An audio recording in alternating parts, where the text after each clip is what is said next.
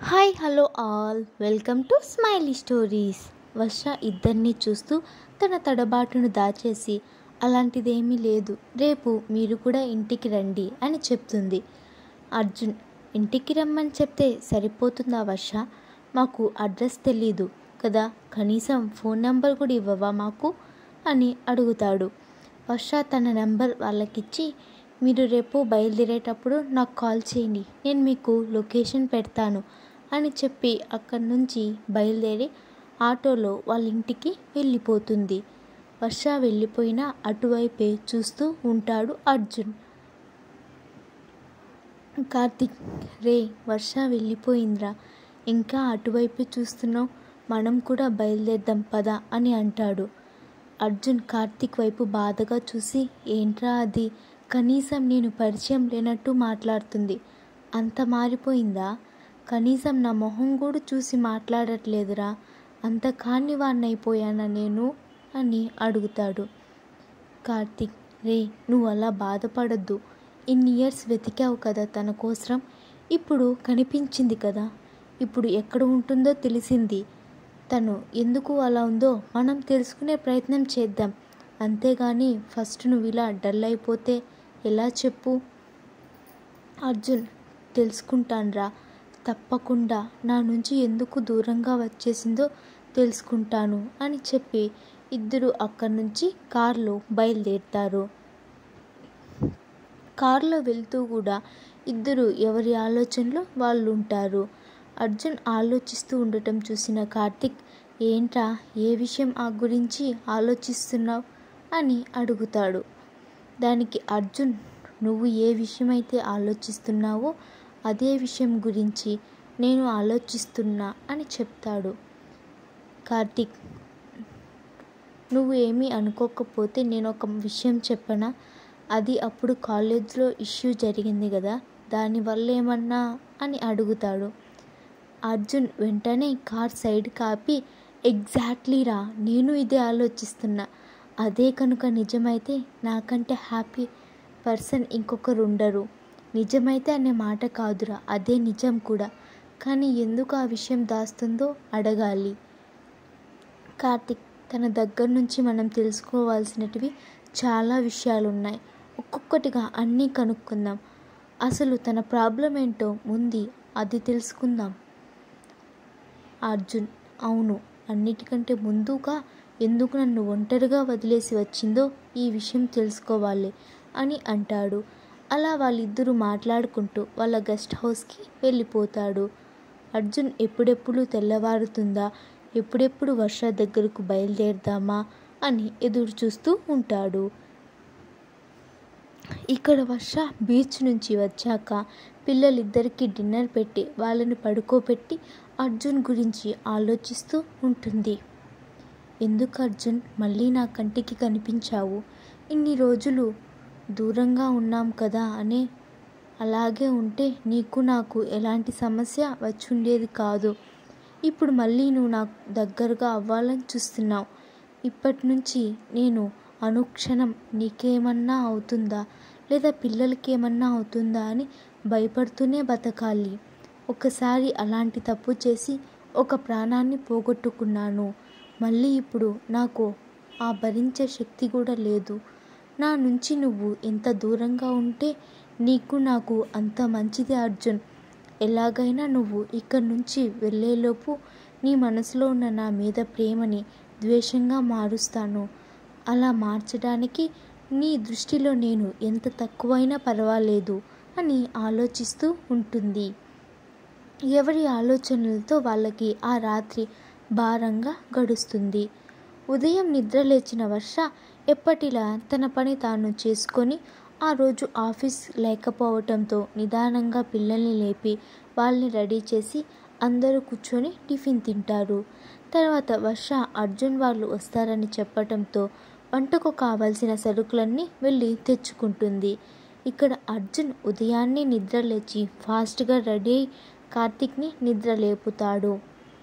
రే కార్తిక్, నిద్రపోయింది చాలు లేరా, టైం అయిపోయింది, ఫాస్ట్గా రెడీ అయితే వర్ష వాళ్ళ ఇంటికి వెళ్దాం అని అంటాడు. కార్తిక్ నిద్ర మత్తుగా టైం ఎంతరా, కొంచెం సేపు నన్ను పడుకొని తరువాత బయలుదేరదాం, ఇంకా టైం ఉంది కదా, మనం లంచ్కి కదా వస్తామని చెప్పాము, అసలు టైం ఎంత అని అడుగుతాడు.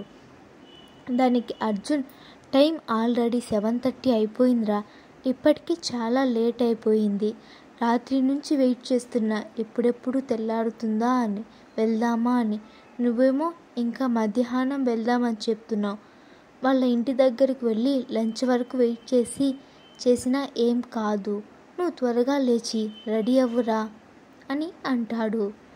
దానికి కార్తిక్, ఏంటి టైం 7:30నా, ఇది నీకేమన్నా న్యాయంగా ఉందా, మరి పిలిచింది కదా అని తెల్లారకు ముందే వెళ్ళి కూర్చుంటావా, అలా వెళ్తే చండాలంగా ఉంటుంది, నువ్వు దానికోసం ఇన్ని రోజులు వెయిట్ చేసావు, ఇంకొంచెం సేపు వెయిట్ చేయలేవా.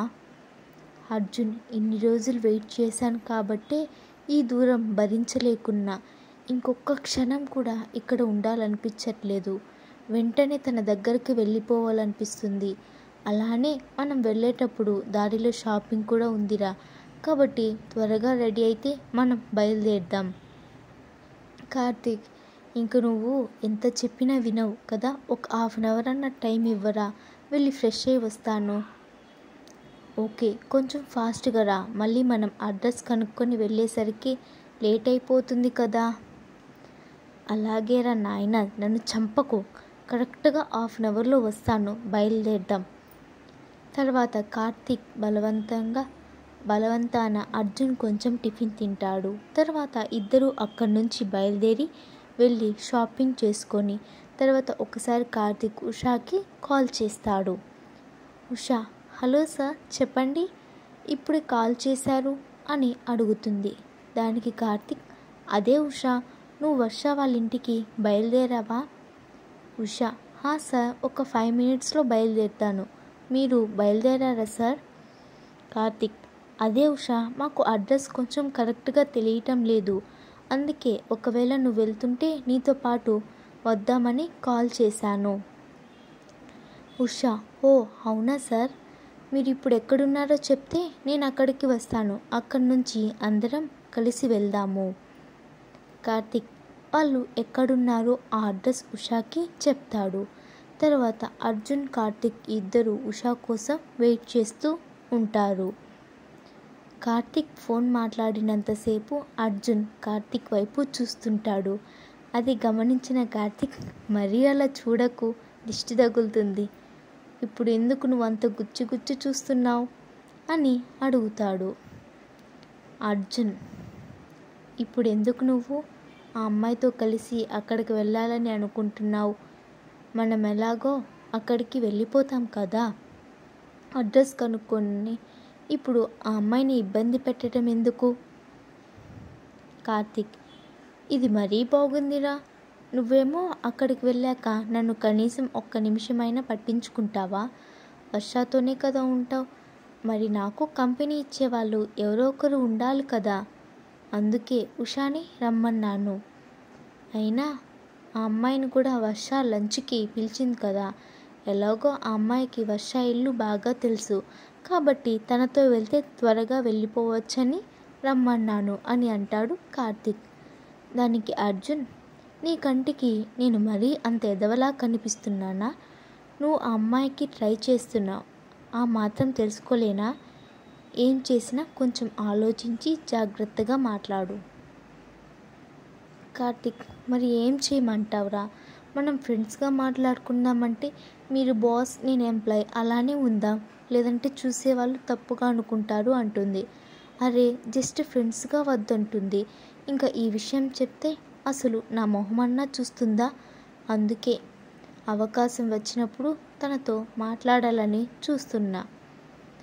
అర్జున్, ఫీల్ అవ్వద్దురా, తనకు నీ లవ్ మీద నమ్మకం వచ్చినప్పుడు తను యాక్సెప్ట్ చేస్తుంది, అప్పటి వరకు నువ్వు తనని ఫోర్స్ చేయొద్దు, నువ్వు తనతో నార్మల్గా మాట్లాడు, ఎక్కువ అతి చేసావంటే మళ్ళీ నీకే మొదటికి మోసం, తర్వాత నీ ఇష్టం.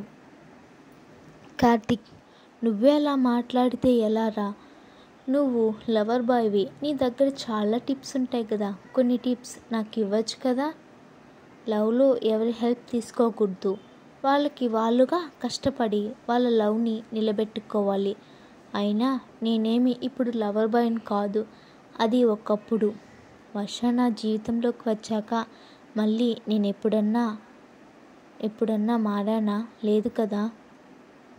అలా వాళ్ళిద్దరూ మాట్లాడుకుంటూ ఉంటారు. కొంత సమయానికి అక్కడికి ఉష వస్తుంది. తర్వాత ఉషాతో కలిసి వాళ్ళు ఇంటికి బయలుదేరుతారు. ఉష ముందర తన స్కూటీలో వెళ్తూ ఉంటే వెనకాల అర్జున్, కార్తిక్ వెళ్తూ ఉంటారు. అలా వాళ్ళు వర్ష వాళ్ళ ఇంటికి చేరుకుంటారు. మీకు స్టోరీ ఎలా అనిపించిందో కామెంట్ చేయండి. అలానే లైక్ చేయండి, షేర్ చేయండి, సబ్స్క్రైబ్ చేయడం అస్సలు మర్చిపోకండి. Thank you for watching.